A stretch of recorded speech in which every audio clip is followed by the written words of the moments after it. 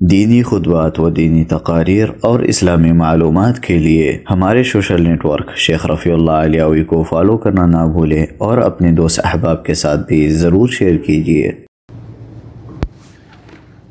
ان الحمد لله نحمده ونستعينه ونستغفره ونعوذ بالله من شرور انفسنا ومن سيئات اعمالنا من يهده الله فلا مضل له ومن يضلل فلا هادي له واشهد ان لا اله الا الله وحده لا شريك له واشهد ان محمدا عبده ورسوله اما بعد فإن خير الحديث كتاب الله وخير الهدي هدي محمد صلى الله عليه وسلم وشر الأمور محدثاتها وكل محدثة بدعة وكل بدعة ضلالة وكل ضلالة في النار. أعوذ بالله من الشيطان الرجيم. بسم الله الرحمن الرحيم. يا أيها الذين آمنوا كتب عليكم الصيام كما كتب على الذين من قبلكم لعلكم تتقون. وقال النبي صلى الله عليه وسلم بني الإسلام على 5: شهادة أن لا إله إلا الله وأن محمدا رسول الله وإقام الصلاة وإيتاء الزكاة والحج وصوم رمضان. معزز سامعین کرام، حاضرین جمعہ، آج بتاریخ 4 رمضان المبارک 1442 ہجری مطابق 16 اپریل سن 2021 عیسوی کے اس خطبہ جمعہ میں میرا عنوان ہے ہم رمضان کس طرح سے گزاریں۔ اولاً تمام تعریف اللہ رب العالمین کے لیے ہے جو ساری کائنات کا خالق اور مالک، مربی اور پالنہار ہے۔ درود و سلام نازل ہو تمام انبیاء کرام پر، خصوصیت کے ساتھ ہمارے آخری نبی جناب محمد رسول اللہ صلی اللہ علیہ وسلم پر۔ اللہ رب العالمین سورہ بقرہ کی اس آیت کریمہ کے اندر ارشاد فرماتے ہیں یا ایھا الذین آمنوا کتب علیکم الصیام کما کتب علی الذین من قبلکم لعلکم تتقون۔ اے ایمان والو، ہم نے تم پر روزے فرض کیے جس طرح سے پہلے لوگوں پر روزے فرض کیے تھے۔ کیوں؟ تاکہ تم متقی بن جاؤ، لعلکم تتقون، پرہیزگار بن جاؤ۔ میرے بھائیوں، اللہ سبحانہ تعالیٰ کا فضل و احسان ہے کہ آج ہم رمضان کے 4 روزے مکمل کرنے والے ہیں، اور رمضان کا ایک ایک لمحہ رحمتوں اور برکتوں سے مالا مال ہے، جس پر ہم اللہ رب العالمین کی جتنی بھی شکر گزاری کریں کم ہے، اس لیے کہ یہی وہ عظمت، وہ برکت والا مہینہ ہے جس میں جنت کے دروازے کھول دیے جاتے ہیں، جہنم کے دروازے بند کر دیے جاتے ہیں۔ اذا جاء رمضان فتحت ابواب الجنہ وغلقت ابواب جہنم وسلسلت الشیاطین۔ اور سرکش شیاطینوں کو اللہ رب العالمین اس ماہ مبارک کے اندر جکڑ دیتا ہے۔ میرے بھائیوں، یہ ایسا کیوں ہے؟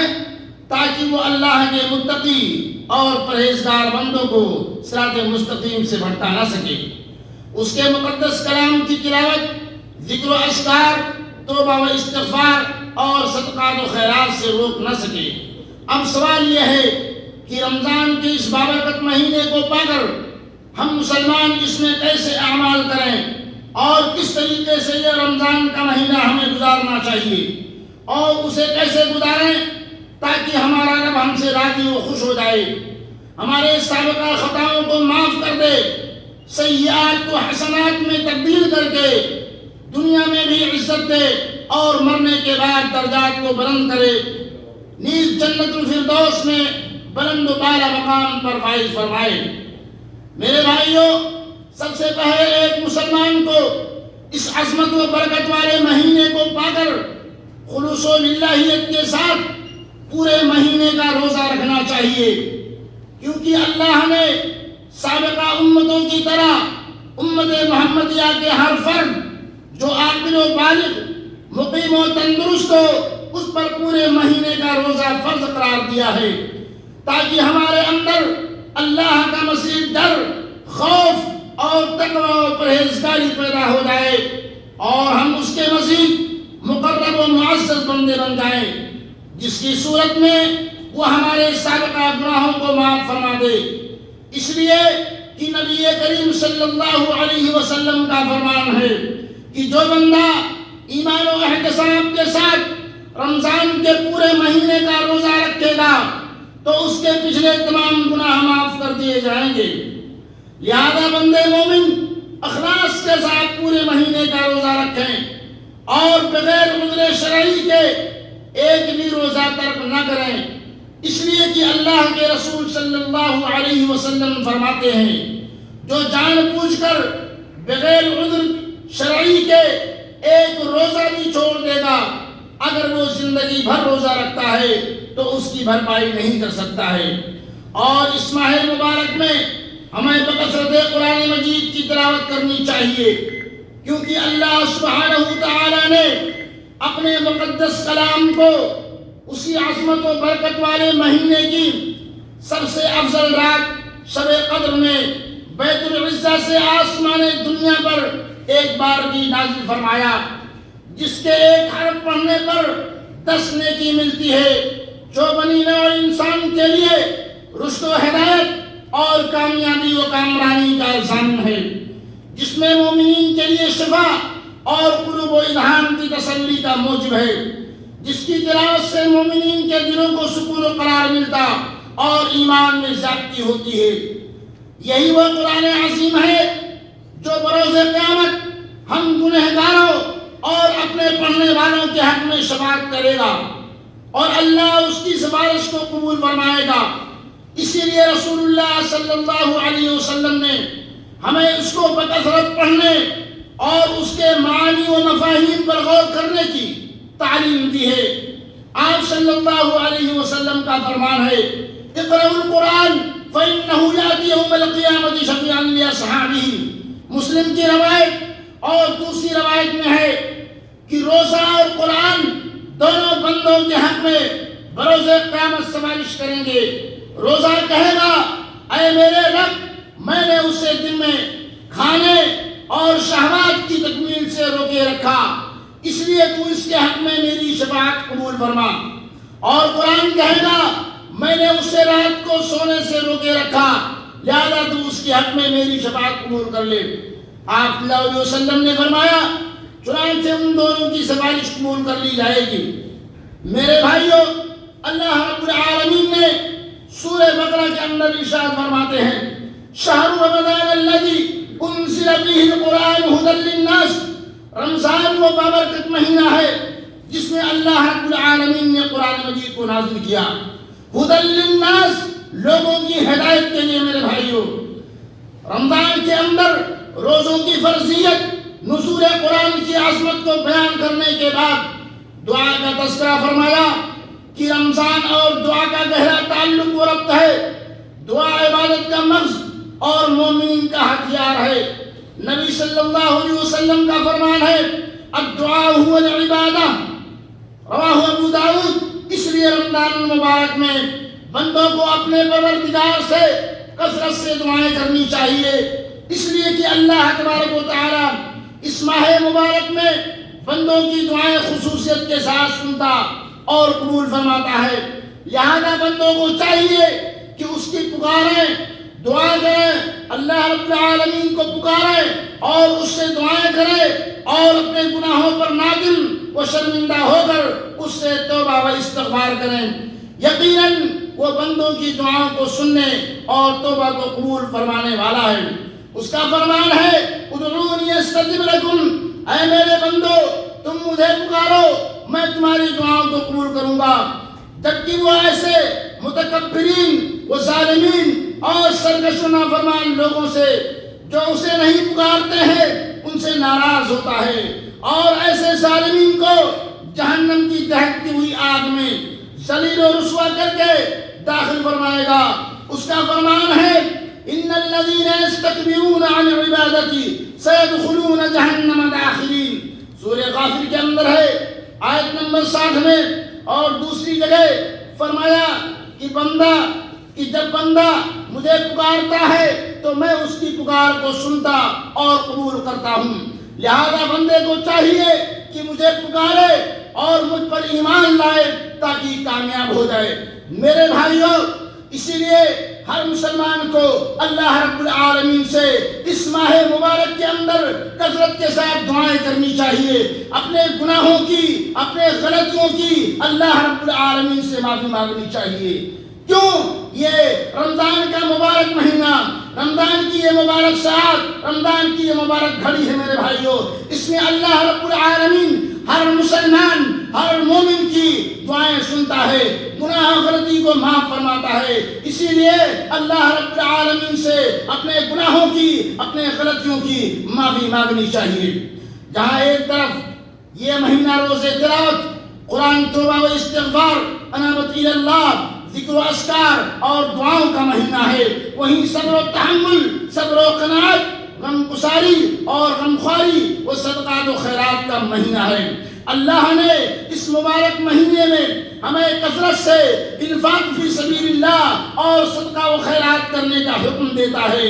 میرے بھائیوں، اسی لیے ہمیں چاہیے کہ ہم اس ماہ مبارک کے اندر زیادہ سے زیادہ صدقہ و خیرات کریں۔ بارک اللہ لنا ولکم بالقرآن العظیم ونفعنی وإیاکم بما فیہ من الآیات والذکر الحکیم، انہ تعالی جواد کریم ملک بر رؤوف رحیم۔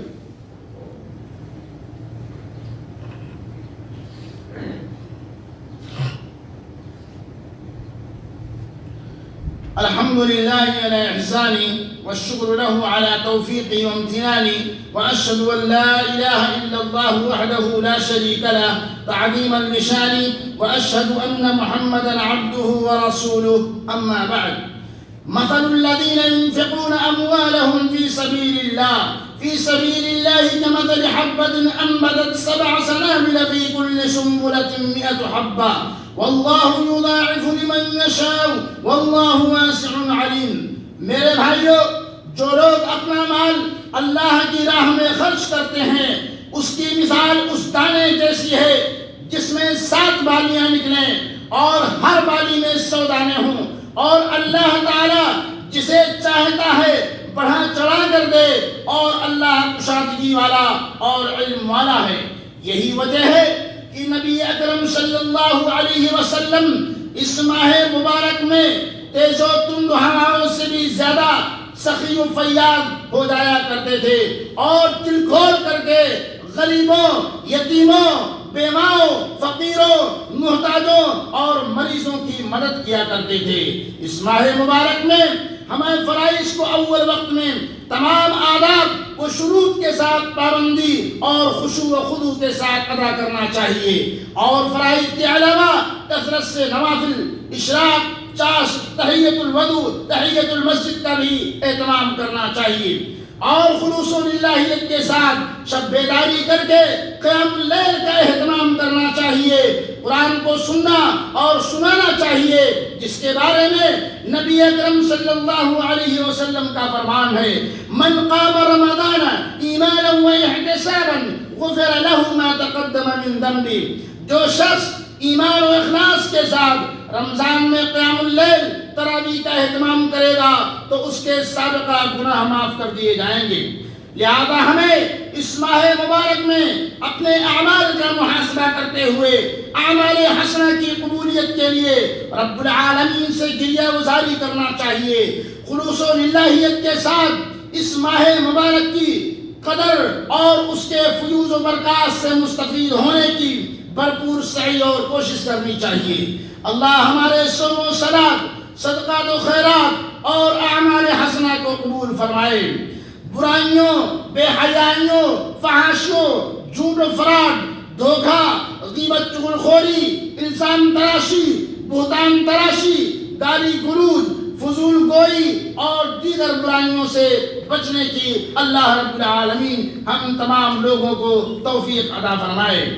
اللہ رب العالمین ہماری جو بھی نیکیاں ہیں، اللہ ہمارا جو بھی عمل ہے اس ماہ مبارک کے ایام میں، چاہے وہ قرآن کریم کی تلاوت ہو، چاہے وہ قیام اللیل ہو، چاہے وہ صدقہ خیرات ہو، جو جو بھی عمل صالح ہو اللہ رب العالمین تو شرف قبولیت عطا فرمائے.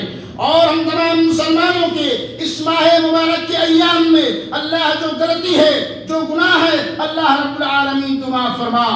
اور جو بیماری پھیلی ہوئی ہے اللہ رب العالمین اس بیماری سے اس دنیا کو خاتمہ فرمائے. اور ہمارے وہ مسلمان بھائی جو بیمار ہیں اللہ رب العالمین تو انہیں شفائے کامل اور عاجل عطا فرما.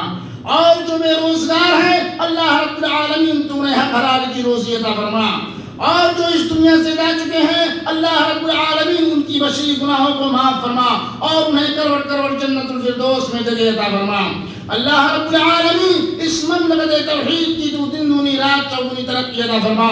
یہاں کے ولایت عموم یہاں کے ذمہ داروں کی اللہ رب العالمین تو حفاظت عطا فرما.